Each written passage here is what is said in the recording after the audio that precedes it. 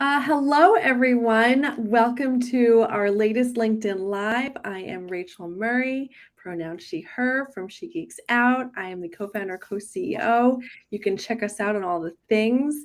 I am so excited to welcome my amazing guest, Sasha Goodfriend from MassNOW, to talk about all things policy, change, feminism, how we can all make things better in the world. So welcome, Sasha. Thank you so much, Rachel. It's so great to be here and with everyone. Thank you so much. Well, let's just dive in. I've got a series of questions to ask, and if anybody's got follow-ups, feel free. We can always chat it up later on.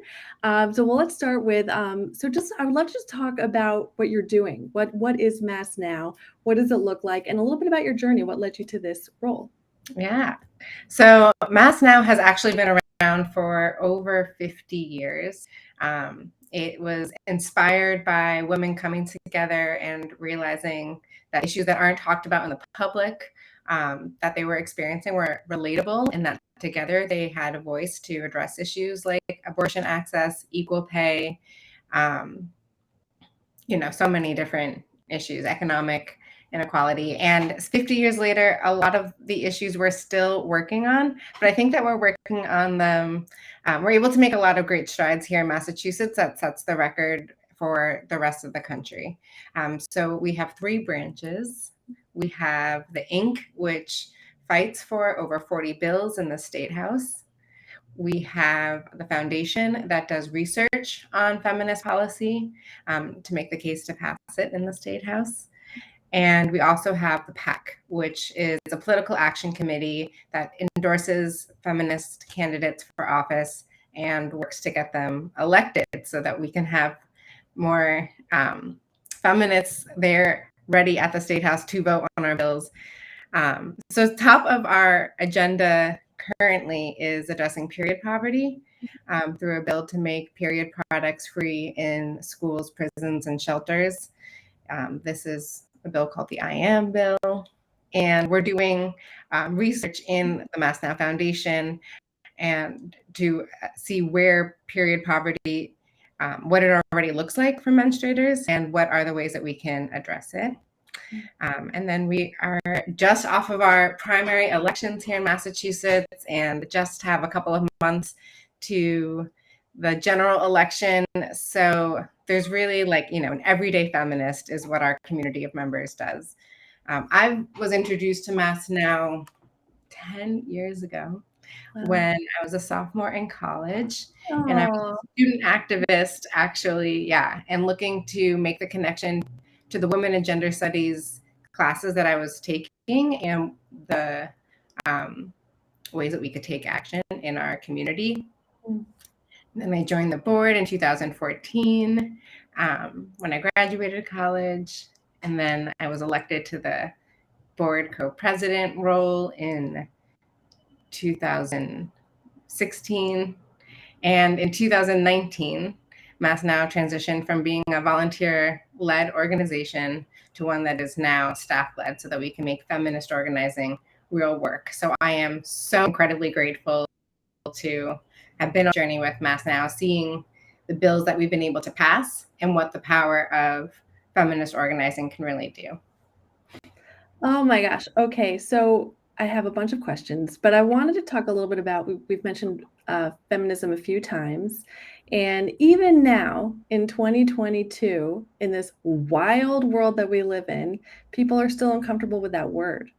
Mm-hmm. So I would just love to hear your thoughts on what a feminist is, why we all should be feminists, and yeah, those are my questions. That's such a great question to start out with, because I probably did say it like 15 times already. No, I know, I'm the same. I love it. So feminism is gender equity. What's good for women is good for families. For example, this is not about switching from a patriarchy to a matriarchy, as some might fear, because we really believe and know that when we're not discriminated against based on gender stereotypes that are more often than not, actually not even rooted in science and rooted in cultural stereotypes,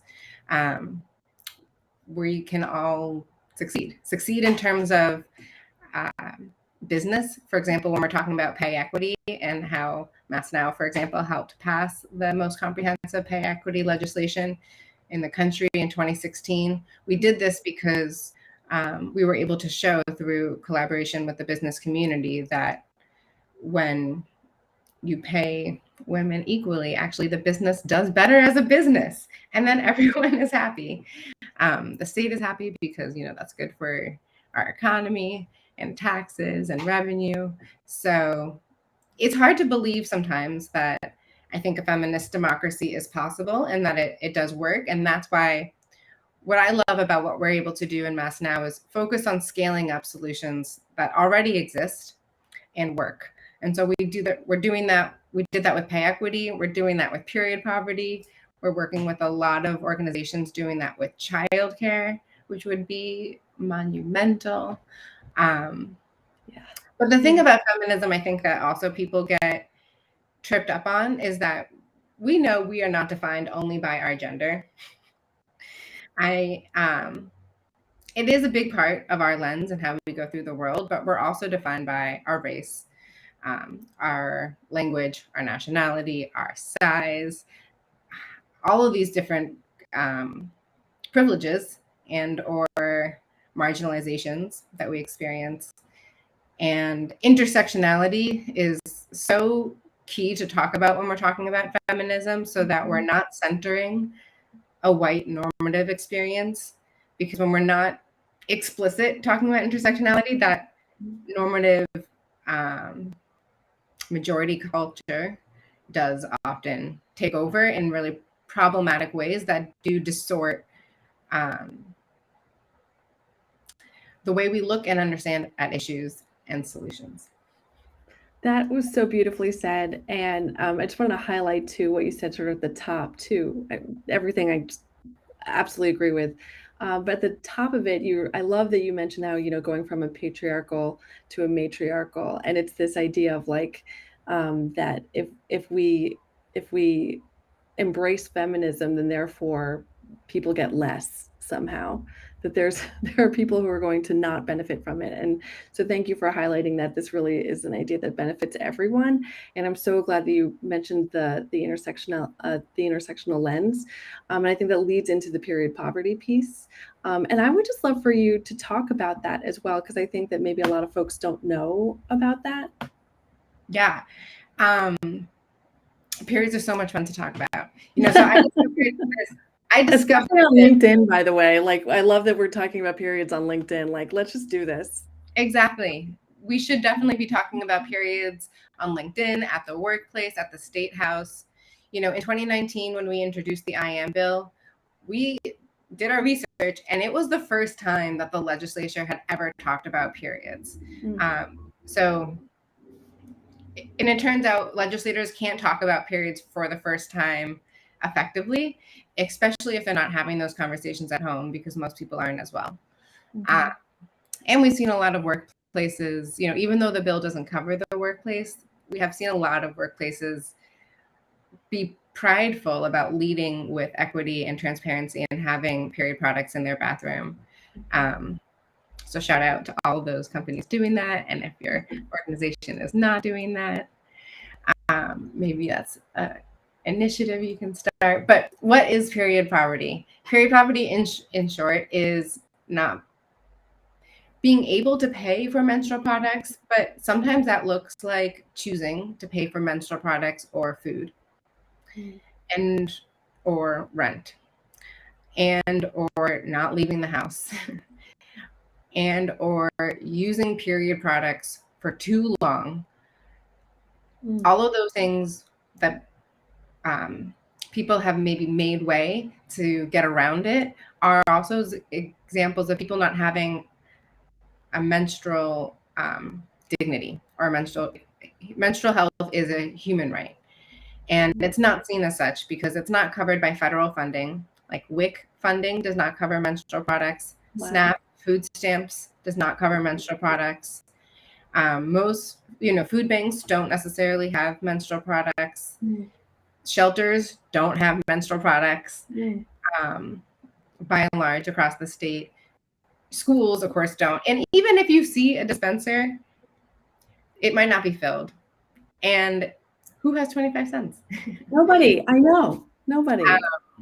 So I think that there's like the literal poverty of it in terms of menstruators bear the economic burden of it and non-menstruators don't. So there's inequity in that. But I think there's also a lot around the shame and the stigma, the fact that it's so relatable that there's been so many times when you get your period and you don't expect it and you don't have access to a menstrual product, and it's on you to find out a quiet, invisible way to handle it instead of, non-menstruators go to the bathroom all the time and expect there to be toilet paper. And we don't even know how much toilet paper costs because we're not judging it as an option. Mm. It's a human right. And so bringing like the invisibility of it out into a public good. The state should pay for menstrual products just like they pay for toilet paper. And it's cheap on top of that. It's cotton. Yeah, that's so brilliant. I learned like 4 things from that. So thank you. I was like, I know all about it, but no. So thank you for sharing that. I never even made the connection. Of course, toilet paper is free and you don't even think about it. So thank you for sharing that. I want to talk about some of the actions that you're taking related to this work. I know that you're doing some period pop-ups and you're doing some other series. Can you talk about some of the actions you're taking? Yeah. So our big goal is to have people talk to their legislators about the IAM bill. And you can do that by going to our coalition website.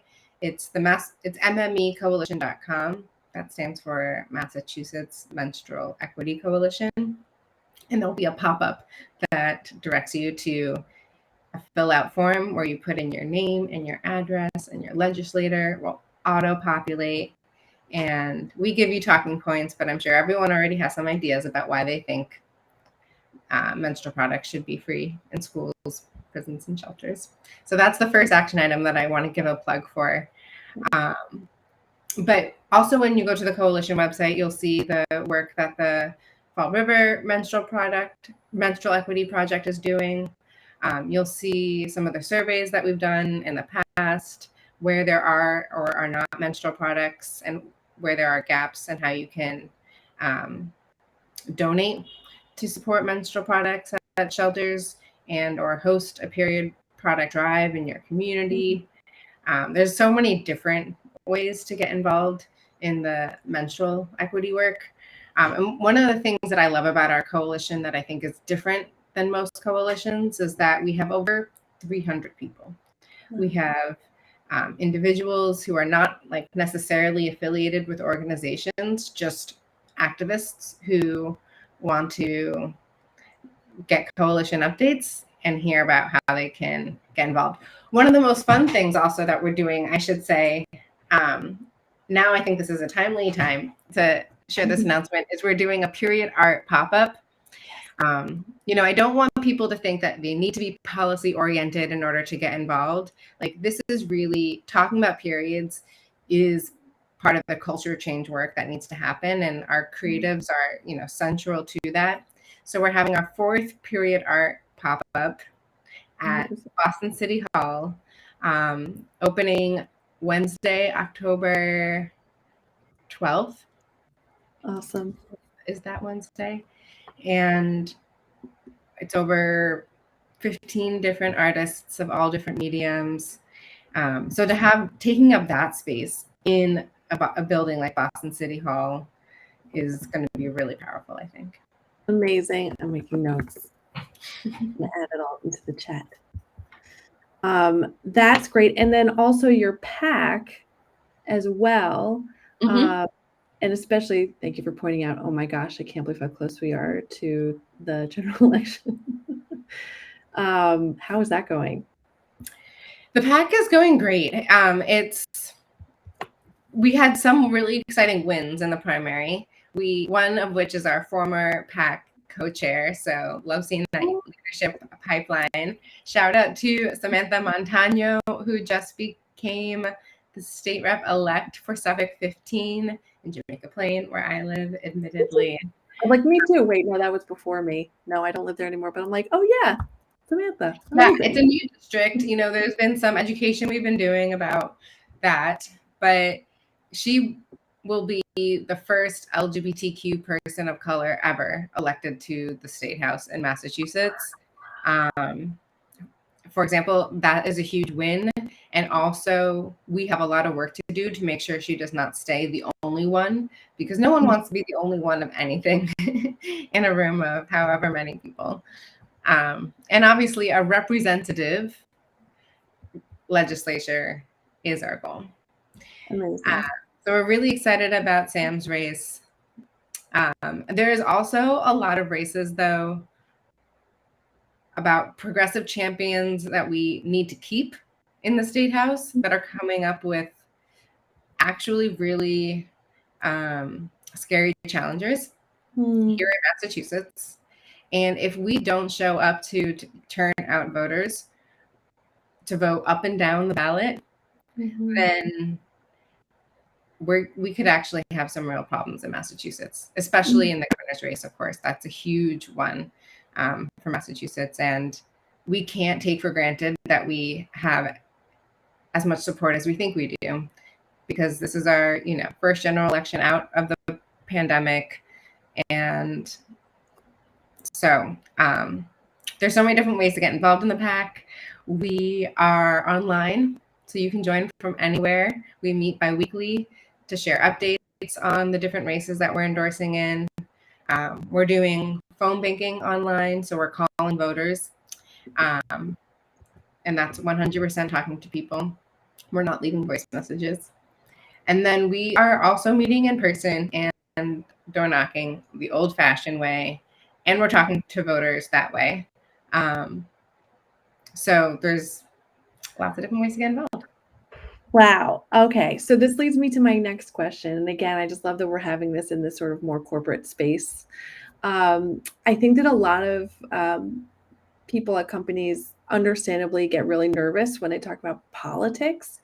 And we've talked about this before around civic engagement versus politics. So can you just talk a little bit about the difference and maybe why it's okay to talk about civic engagement in a corporate environment? Yeah. Well, I think that the one thing that it's important to know is that we as individuals, when we're not representing our organizations, are allowed to, donate to political candidates. If you work for the city or the public sector, that's not true. So you're allowed to have your own opinions. And in fact, that's how democracy works. And if we don't participate, then we're only allowing the people who know how it works to play the game. A lot of people are surprised when they hear we have a PAC or that we do lobbying, because when they hear PAC and lobbying, they think big oil money or the NRA, for example. And those are the bigger PACs, but we can do the same thing. And we can organize, we can fundraise, and we can donate. When you donate as a PAC, it's not as an individual. So there's that benefit as well for individuals. But we also kind of see ourselves, we're a member-based organization, and we have thousands of members across the state. And there aren't a lot of member-based organizations that are introducing people and creating that feminist network and community anymore. Colleges and universities often have that, maybe undergrad institutions too. Employee resource groups exist for the LGBTQ community, for example. There's different affinities, but I've never heard of a feminist employee resource group. And I don't know if there needs to be one, but you can join MassNOW and kind of create that feminist professional community too. Oh, I love that. I love that. Yeah, thank you for sharing that, because I know one thing we talked about is like, oh yes, it feels very urgent. Like and you are 1,000,000% correct. It's funny. I was listening to Pod Save America. It's funny because it's all the guys from the Obama, and then they were like, there's no way that Trump is going to win, and the polls and whatever. And so now they just have so much PTSD every time so they're talking about the election that's coming up, and things are looking a little bit better for more progressive policies because of all of the wildness that's happening on the conservative side. And it's so funny because there's so much doubt around the polls, to sort of what you were saying, is like there's a lot of thinking around like, oh yes, things are looking better, but who's actually talking to these people who are who are doing the polling? Maybe there are folks that don't want to share their real beliefs, so they don't actually say it. So you don't really know until people actually show. So that's why it's so important to get the vote out and make sure. I talk about this. We're actually doing which I think about, a letter writing campaign to help shore up more people going to vote, because my personal feeling is, if voting didn't matter, there wouldn't be so many people in power trying to remove that ability for people to do so. So it's like, please go do it. Even if you think it's a lock, just go do it. And it's such an amazing gift that we have. It's like the one thing that we absolutely can do to like really make a difference, even though it doesn't feel like it. Yeah. I think a lot of people I talk to also feel like they know the system is broken and it doesn't work. And so it's frustrating to participate in a broken system. Yeah. And it's a yes and. Like, obviously the world is very different than it was in the 1700s, and our culture is different, and we do need to change that, but we can't do it by not participating.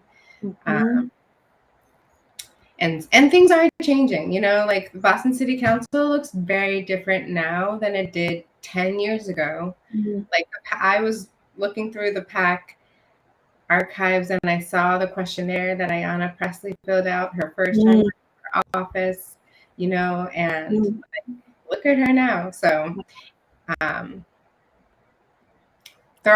it is exciting to win and to do this. Sasha, literally, I just had a conversation with a good friend that was exactly the same thing, talking about how it's a broken system. So yeah, don't participate. But when you do that, that's exactly, I'm like this, I have this terrible, it's like, this is how the terrorists win. It's like when people just say, oh, it's broken, forget it, let's get rid of it. I mean, that's what's happening with education. That's what happens with healthcare. That's what's happening with so many systems. If you don't try to fix it. And it's really such a privileged thing to say in a lot of ways too, because it might be okay in your personal bubble here in Massachusetts, especially, but we have to vote because not enough people can vote. So real. So real. That's the slogan. That's the quote. And so to that point, and why voting is so important, we talked a little bit about this too, is like, okay, great, voting has happened, the elections have happened, but then there's all this in between time where people sort of step away because understandably, everybody's got their own lives and work and other things to think about. But this is where I think the civic engagement piece comes in. So I'd love to just hear your thoughts on like that piece. Yeah. This is one of the things I love about MassNOW is that we kind of are on all the levels. Like, we're doing the endorsement, and then there's policy work for when the legislature is in session, and then there's implementation. So it's really full circle, and it's a 365-day a year job for sure.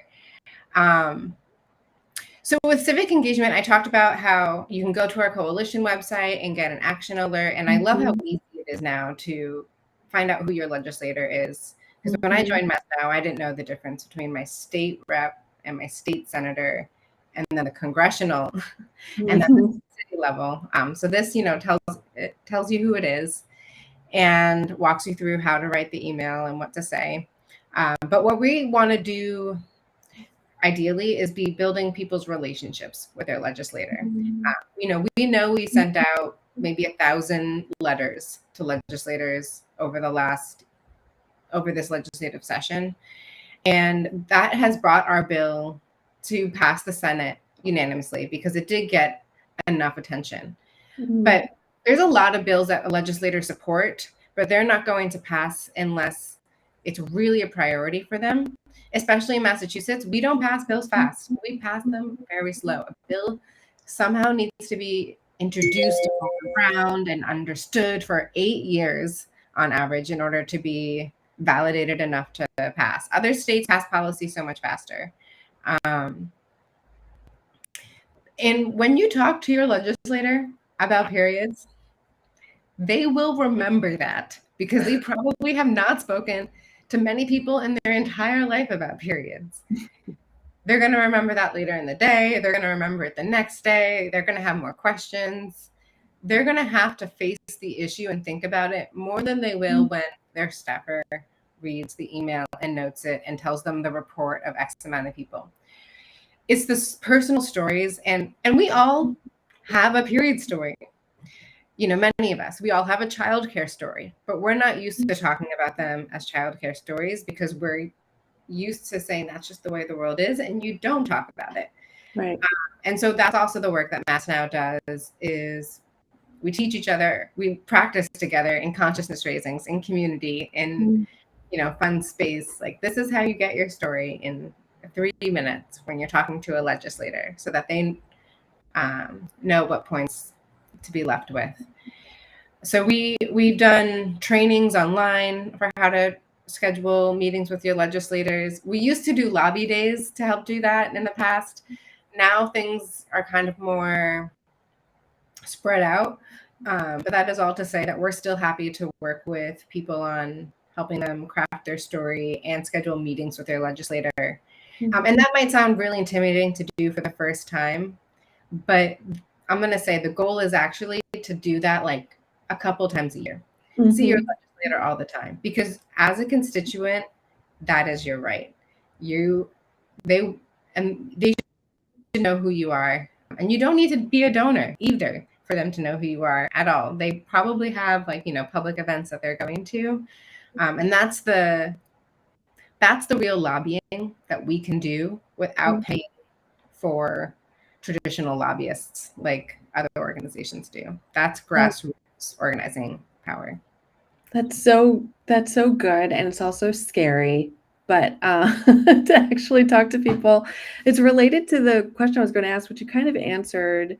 That sort of feeling of helplessness. I feel like you've given a lot of examples for like ways that people can get involved. I honestly, I don't know how, and I have friends too who just are in it, who do it outside of their work. It is time commitment. It is putting yourself out there and like really dedicating yourself. It's like, I don't want to use the word hobby, but it's like people are like dedicating that like non-work time to do this work. But I think a lot of folks in our community consider themselves more introverted. So you mentioned sort of the door knocking, but there's also the letter writing. Are there other sort of like more introverted ways for people to to do it, or folks that maybe don't really have the time, if they're caregivers outside of work and they really just don't even have the time or the bandwidth to do it? Are there sort of quick ways to get involved?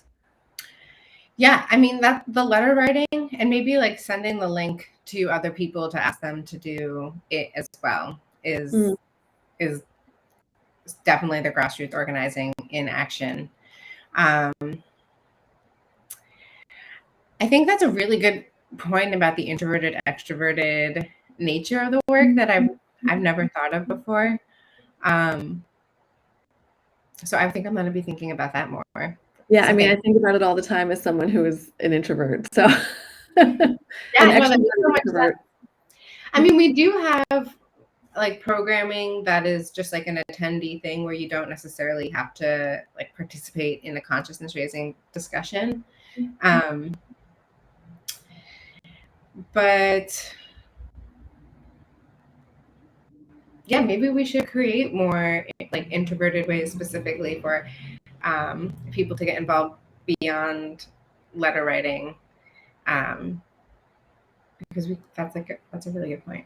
Well, let's talk. I'm happy to be a canvas for you to, and as well, I'm sure our community would love to support too. And I want to note that this you're specifically talking about Massachusetts, and there's so much happening, and I think people and obviously this is a global conversation. Anyone can participate and watch. But it's interesting with Massachusetts because it is viewed as so progressive, and yet we talked a little bit, not to fully go back to the IM bill, but it's interesting what you had mentioned to me in a previous conversation around the fact that it's actually passed in a lot of other places that are a lot more conservative. And so that dynamic of, so Massachusetts historically has had Republican governors and maybe a more Democratic state House and Senate. So maybe there's some conflict there, but just sort of those types of conversations. Can you talk a little bit about that maybe misconception of progressive states? Yeah, I'm so glad you brought that up. So, since 2019, only in the last 3 years, 17 other states have introduced and passed policy about making period products free in schools. So that's not even the tampon tax, which is maybe the first tier. Don't tax tampons. But why don't we pass this bill in Massachusetts? I get this question all the time too. There's so much support. It's bipartisan. It passed unanimously. Some of the other states that passed it are Alabama, Texas, Nevada, Wyoming, because even Republicans can see that menstrual products are a necessity. And even Trump passed policy to make period products free in jails. Not giving his administration any credit for that, but why is it not brought up for a vote in Massachusetts? It's just because people haven't heard enough about it yet. There's other things that they're hearing more about. I think two people are worried about, how are we going to do this? Who's going to get the products? Where are they going to go? How much does it cost? And no one else is doing the work to figure that out, which is why we are doing that, to present it to them. And I think that there's a lot of what we saw in June at the end of the formal legislative session here in Massachusetts is that there's a lot of politics that have nothing to do with the content of the bills, that have everything to do with the chambers, House and the Senate, feeling some sort of way, the legislature and the governor's office having their own dynamic. And that is really disappointing. And I would like to think that in a feminist democracy, people will get along better. I love that. Oh, what a perfect way to end. It's just chef's kiss. Sasha, is there anything else that you would want to add or share? No pressure.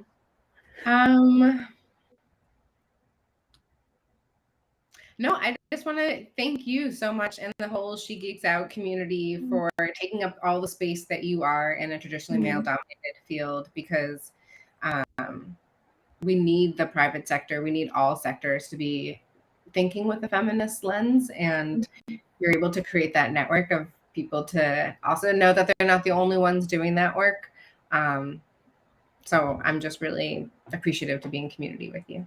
Oh, same. It's an honor and a privilege, really, to spend time with you and to hear your passion. And I'm just glad that we can amplify and get some more legislation passed to make the world a little bit better and brighter. One day at a time. One day at a time. Thanks, everybody.